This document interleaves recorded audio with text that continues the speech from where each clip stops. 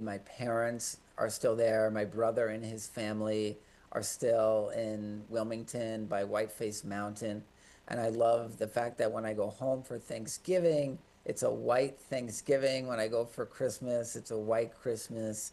And I love getting up there in the summer when it's 95 degrees in New York City. It's 82 in the Adirondacks. That's Eric Botcher, a native of Wilmington, New York, and a graduate of Lake Placid High School. He now serves on the New York City Council, representing a district that includes the world-famous Times Square.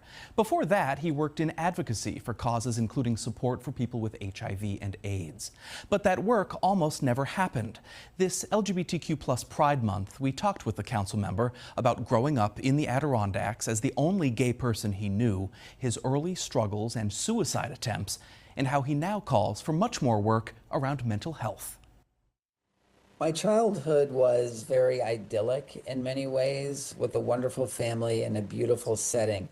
But like many LGBTQ people, when I reached adolescence, I struggled a lot.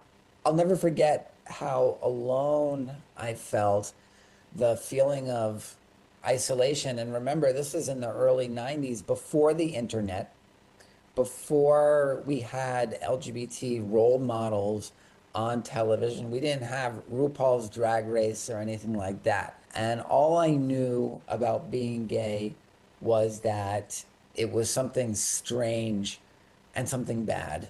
And I made the decision that I didn't want to live anymore, that I didn't want to continue on. People ask, why is Pride Month important? And I'm sure you have seen this meme that circulates every June reminding people one of the reasons that Pride Month is important is because there are people out there who feel as if they don't belong.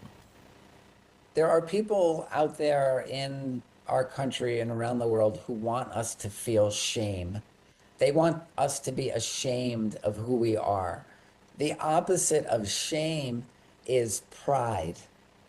And during the month of June, every year, we show pride in who we are. We celebrate who we are, who we were born as, and our community.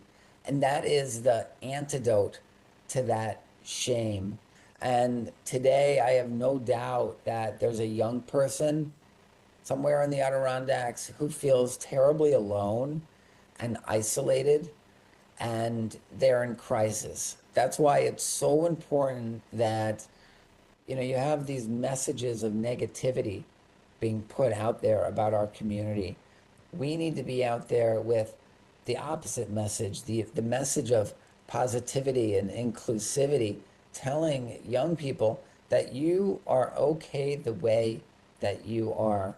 You are perfect the way you are, and you have nothing to be ashamed of. And even though things seem hopeless now, there is a light at the end of the tunnel, and one day you will find happiness, you will find community, and you will find acceptance. You could even find success as a prominent political leader in the largest city in the country. I never in a million years would have thought that I'd be where I am now. It never would have even occurred to me.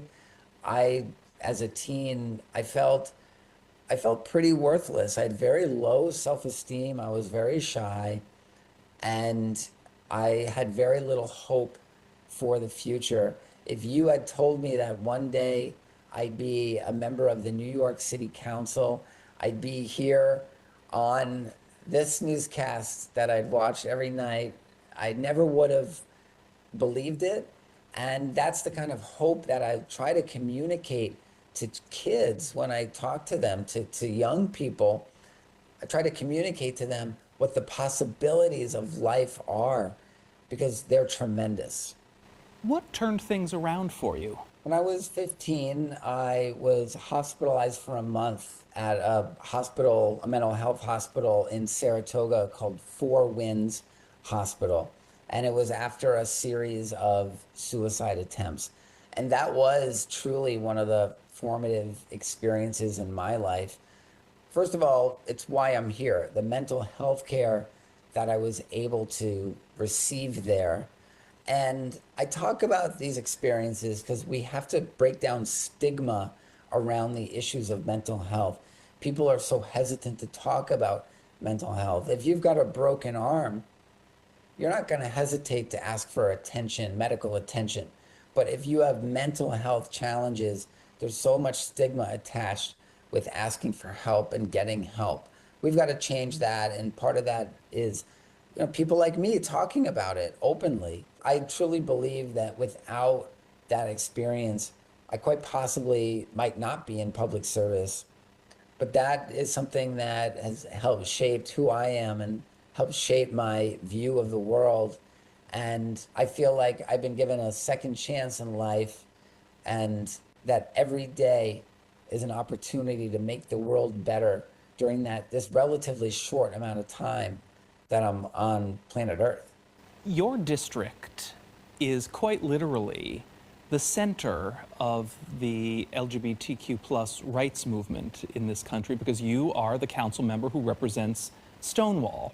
I do represent the district that includes the Stonewall Inn, which is the birthplace of the modern LGBTQ civil rights movement.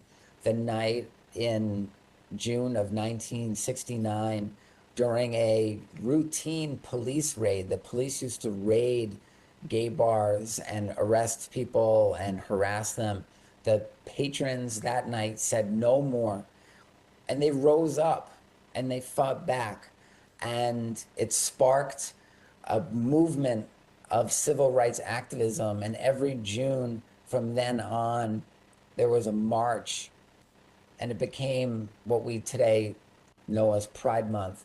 And I feel a very special responsibility as the council member representing the Stonewall Inn and the historic neighborhoods of the West Village, Chelsea, Hell's Kitchen, Times Square, to continue the fight for full civil rights for our community. It's so important for people to understand that even though the gays and lesbians and in our community have experienced a lot of wins in the last 40 years with respect to civil rights, our fight is far from over. Our community continues to be subjected to discrimination every day, especially transgender members of our community who are viciously discriminated against every day. And we have to continue fighting until all members of our community enjoy full civil rights and protections. Back here at home, you must be glad to know that there is a pride celebration now in the Adirondacks. I never would have thought that there'd be a pride celebration in the Adirondacks, and I can't help but think what that would have meant for me when I was a suicidal teen. If I had known that, I know that it would have helped me feel less ashamed of who I was, less alone. And I'm hopeful that there's young people out there who are drawing that same kind of hope from that message. That's one reason why I love the Adirondacks, is that there's a rugged individualism about the Adirondacks where we're pretty accepting of one another and, people's right to do their own thing in their own lives. It's not as moralistic as other parts of the country.